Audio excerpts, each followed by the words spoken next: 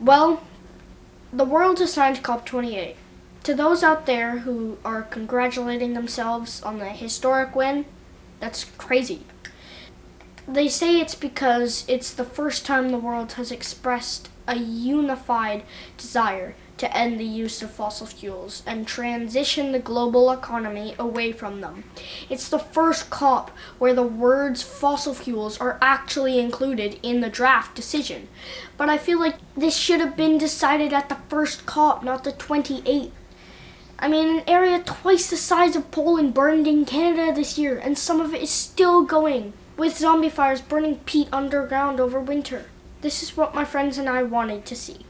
Number 1, an end to emissions, slashing them by 45% before 2030 to limit warming to 1.5. 2, an end to all new coal, oil, and gas projects. 3, an end to the carbon capture and storage fairy tale being pushed for by fossil fuel industries. Number 4, an end to oil and gas subsidies. 5, an end to the production of fossil fuels with targets for their phase out. Just to summarize for you, we didn't get any of that. The International Energy Agency has now analyzed what the impact would be if everyone delivered on their promises. They said, while the pledges are positive steps forward, they will not nearly be enough to move the world onto a path to reaching international climate targets. The reduction in 2030 emissions represents only around 30% of the emission gap needed to get the world onto a pathway compatible with limiting global warming to 1.5. Clearly, with all the exposed letters from the Organization of the Petroleum Exporting Countries, or OPEC, fossil fuel companies are freaking out.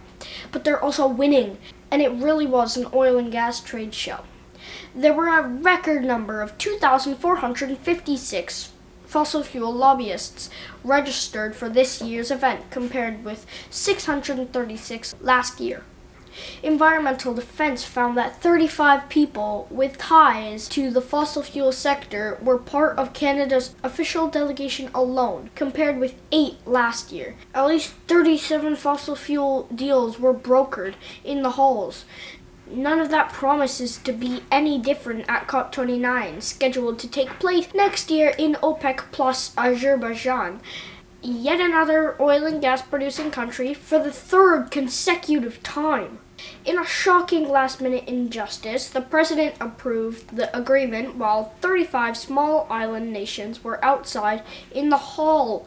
They spoke after with tears in their eyes, commenting on the lack of a clear reference to fossil fuel phase-out, weak language on coal and methane, and the risks associated with transition fuels. They said the agreement does not even ask for peak emissions by 2025. They said we weren't able to see those words, phase out.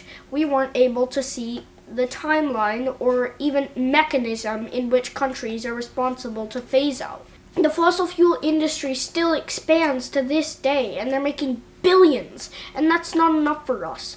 President Al-Jaber welcomed the outcome as a victory for multilateralism. I had to look it up. It means a bunch of countries working together, and a sign of solidarity and collaboration. He called the meeting a historic turning point that puts 1.5 back in reach. He's lying. I can say I'm getting a PS5 and a trip to Disney World for Christmas, but it doesn't make it true. Here's what the agreement says it will do.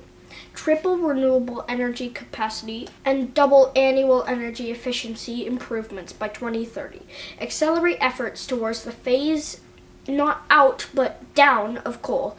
Accelerate efforts globally towards net zero systems, using zero and low carbon fuels well before or by 2050. Transition away from fossil fuels in energy systems to achieve net zero by 2050. Accelerate fairy tale technologies such as carbon capture and storage. Reduce methane emissions by 2030.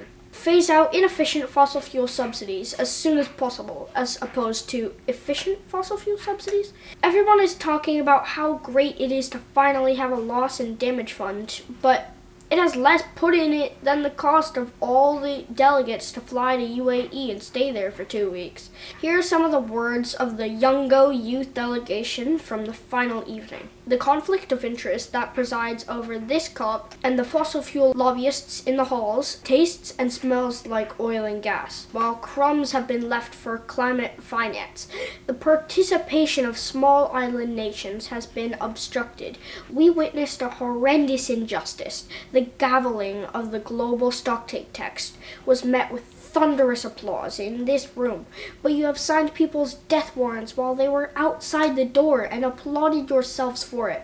Not in my name, for shame. When my friend Lisa Priya, who I've interviewed, got justifiably frustrated and decided to protest, she was escorted out by 3 security guards and kept without her mom for 30 minutes and lost the ability to return to any future COPs.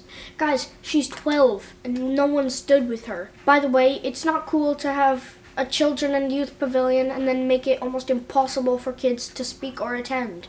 I like to be positive and encouraging. But for me, this COP kinda sucked.